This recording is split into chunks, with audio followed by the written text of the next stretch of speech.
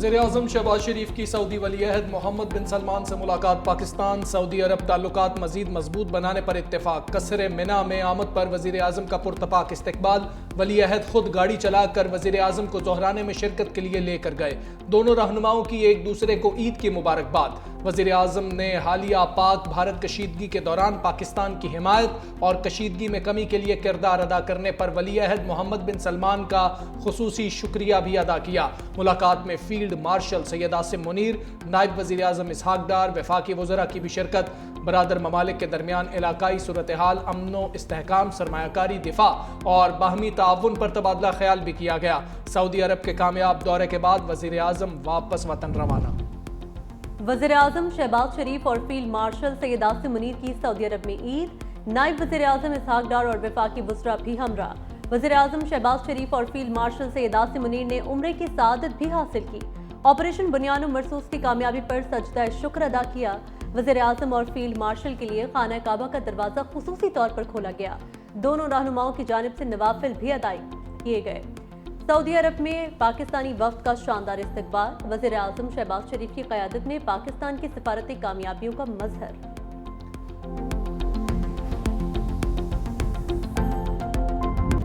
جنگ نہیں امن کا بیانیہ، بلاول بھٹو امن کے سفیر بن گئے۔ سفارتی محاذ پر بھارت کو ناک آؤٹ کر دیا۔ بلاول بھٹو کی قیادت میں پاکستانی وفد کی امریکی قانون سازوں سے ملاقاتیں۔ چیئرمین پیپلز پارٹی نے کہا، مودی حکومت آنے والی نسلوں کو پانی کے لیے جنگوں پر مجبور کر رہی ہے۔ بھارت کا پانی بند کرنے کا اشارہ جنگ کے مترادف ہوگا۔ بلومبرگ کو انٹرویو میں بلاول بھٹو زرداری نے کہا، بھارتی جارحیت سے مستقبل کے تنازعات میں جوہری خطرات میں اضافہ ہو گیا۔ مستقبل میں کسی بھی اقدام کا جواب دینے کے حوالے سے پاکستان کے پاس بہت کم وقت ہوگا۔ مقبوضہ کشمیر میں ترقی کے دعوے فوجی محاصرے میں دب چکے۔ بھارت مقبوضہ وادی میں آبادی کا تناسب تبدیل کر رہا ہے۔ پاکستان نے بھارتی وزیر اعظم کے الزامات کو مسترد کر دیا۔ ترجمان دفتر خارجہ سے کہا، پہلگام حملے میں پاکستان کے ملوث ہونے کے الزامات بے بنیاد ہیں۔ بھارت کشمیر میں انسانی حقوق کی سنگین خلاف ورزیوں سے عالمی توجہ ہٹانا چاہتا ہے۔ جموں و کشمیر عالمی سطح پر تسلیم شدہ متنازع علاقہ ہے۔ پاکستان کشمیری عوام کے حق خود ارادیت کی حمایت جاری رکھے گا۔ بین الاقوامی برادری بھارت کو کشمیر میں جاری ظلم سے روکنے میں کردار ادا کرے۔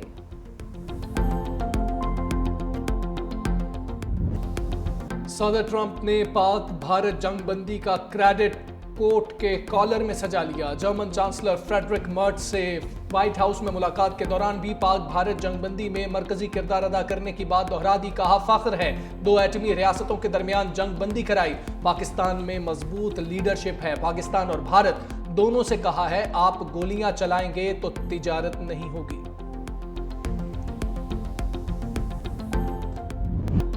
کل کے دوست آج کے دشمن بن گئے۔ ایلان مسک کا صدر ٹرمپ پر جنسی سکینڈلز میں ملوث ہونے کا سنگین الزام۔ امریکی صدر نے ایلان مسک کو نشئی اور پاگل قرار دے دیا۔ الیکشن میں ٹرمپ پر اربوں ڈالر لٹانے والے ایلان مسک نے دعویٰ کیا، صدر ٹرمپ کا نام جنسی سکینڈلز میں ملوث بدنام جیفری ایپسٹین کی فائل میں موجود ہے۔ ٹرمپ کا نام فائل میں ہونے کی وجہ سے دستاویز سامنے نہیں لائی جا رہی۔ امریکی صدر نے ناشکری کی انتہا کر دی۔ مدد نہ کرتا تو ٹرمپ الیکشن ہار جاتے۔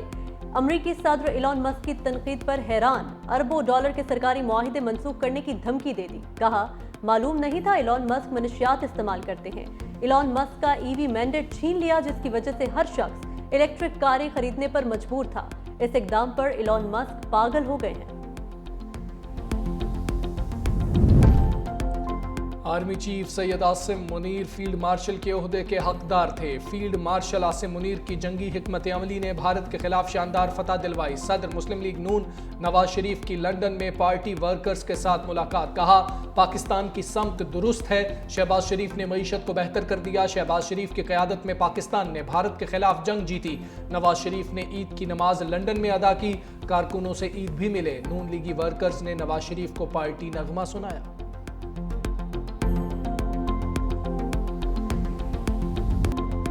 سعودی عرب، امارات اور خلیجی ممالک میں آج عید الاضحیٰ منائی جا رہی ہے۔ مسجد الحرام، مسجد نبوی صلی اللہ علیہ وآلہ وسلم میں نماز عید کے عظیم الشان اجتماعات، پاکستانیوں سمیت لاکھوں افراد کی شرکت۔ دبئی، شارجہ اور ابوظبی میں بھی نماز عید کے بڑے بڑے اجتماعات۔ مقبوضہ بیت المقدس میں بھی نماز عید کی ادائیگی۔ امریکہ، برطانیہ اور یورپ کے کئی ممالک میں بھی عید الاضحیٰ آج منائی جا رہی ہے۔ وقت کم، مقابلہ سخت، قربانی کے جانوروں کی خریداری کا فائنل راؤنڈ۔ ملک بھر کی مویشی منڈیوں میں شدید رش، ہر کسی کو سستے جانور کی تلاش۔ بیل، بکروں، دمبوں اور اونٹ کے ریٹ کم نہ ہوئے، گاہک قیمتوں سے پریشان تو بیوپاریوں کی مہنگائی کی دہائی۔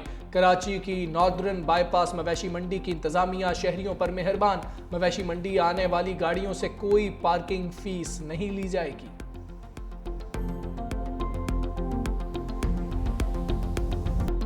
عید اپنوں میں منانے کے لیے پردیسیوں کی واپسی، بس اڈوں پر رش، ٹرانسپورٹرز منمانے کرائے وصول کرنے کے باوجود اوور لوڈنگ کرنے لگے۔ مسافر خوار، ٹرین میں سفر کرنے والوں کو بھی مشکلات۔ حیدرآباد میں رش کے باعث ٹرین کی چھت پر سفر کرنے والے 2 مسافر نیچے گر گئے، ایک جاں بحق، دوسرا زخمی۔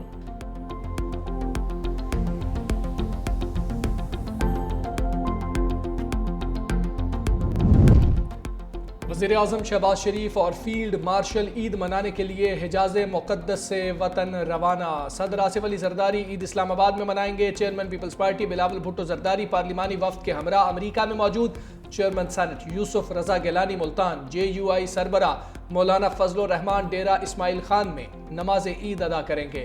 وزیر اعلیٰ خیبر پختونخوا علی امین گنڈاپور بھی عید منانے آبائی علاقے ڈیرہ اسماعیل خان پہنچ گئے۔ وزیر اعلیٰ سندھ مراد علی شاہ گڑھی خدا بخش میں نماز عید ادا کریں گے۔ سینئر صوبائی وزیر شرجیل میمن ٹنڈو جام، ناصر حسین شاہ اور اویس قادر شاہ سکھر میں موجود۔ امیر جماعت اسلامی حافظ نعیم الرحمان کراچی میں سنت ابراہیمی کی پیروی میں قربانی کریں گے۔ عید کے تینوں دن پنجاب بھر میں گرمی کی لہر برقرار رہنے کی پیشگوئی۔ اسلام آباد اور پنجاب بھر میں درجہ حرارت 7 سے 12 ڈگری سینٹی گریڈ تک بڑھنے کا امکان۔ PTMA کے مطابق بعض علاقوں میں شدید گرمی کے باعث گرد و غبار اور تیز ہواؤں کا خدشہ۔ گرمی اور خشک موسمی حالات سے ہیٹ سٹروک اور آبی ذخائر پر پانی کے دباؤ کا بھی امکان۔ سندھ میں 7 سے 12 جون تک ہیٹ ویو کا الرٹ جاری۔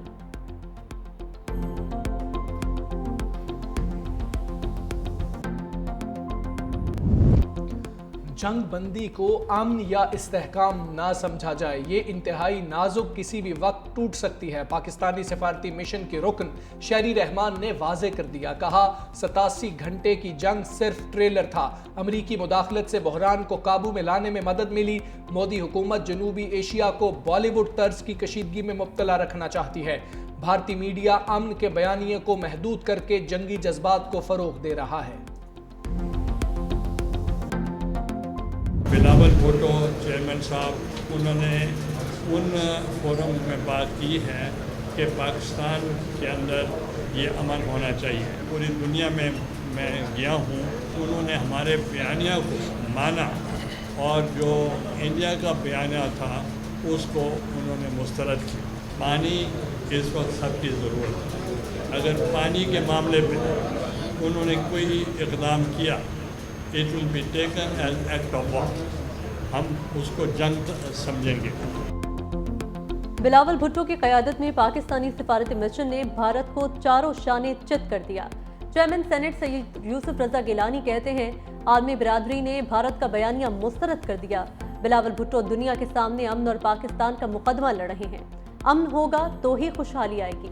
پانی روکنے کے لیے بھارت نے کوئی قدم اٹھایا تو اس کو ہم جنگ تصور کریں گے۔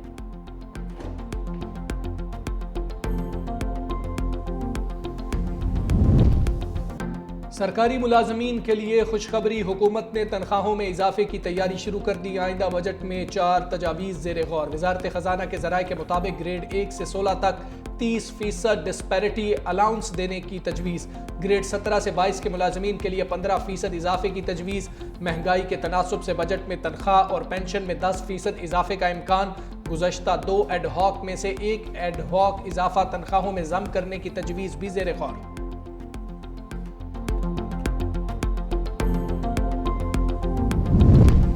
اٹلی کے قومی دن پر کونسل جنرل فیبریزیو بیلی کی جانب سے تقریب، خاتون اول آصفہ بھٹو زرداری کی بطور مہمان خصوصی شرکت۔ وزیر اعلیٰ سندھ سید مراد علی شاہ اور پیپلز پارٹی شعبہ خواتین ونگ کی صدر فریال تالپور کی بھی شرکت۔ سعودی عرب، قطر، ترکی، جاپان، فرانس اور دیگر ممالک کے کونسل جنرلز اور معزز مہمانوں کی بھی شرکت۔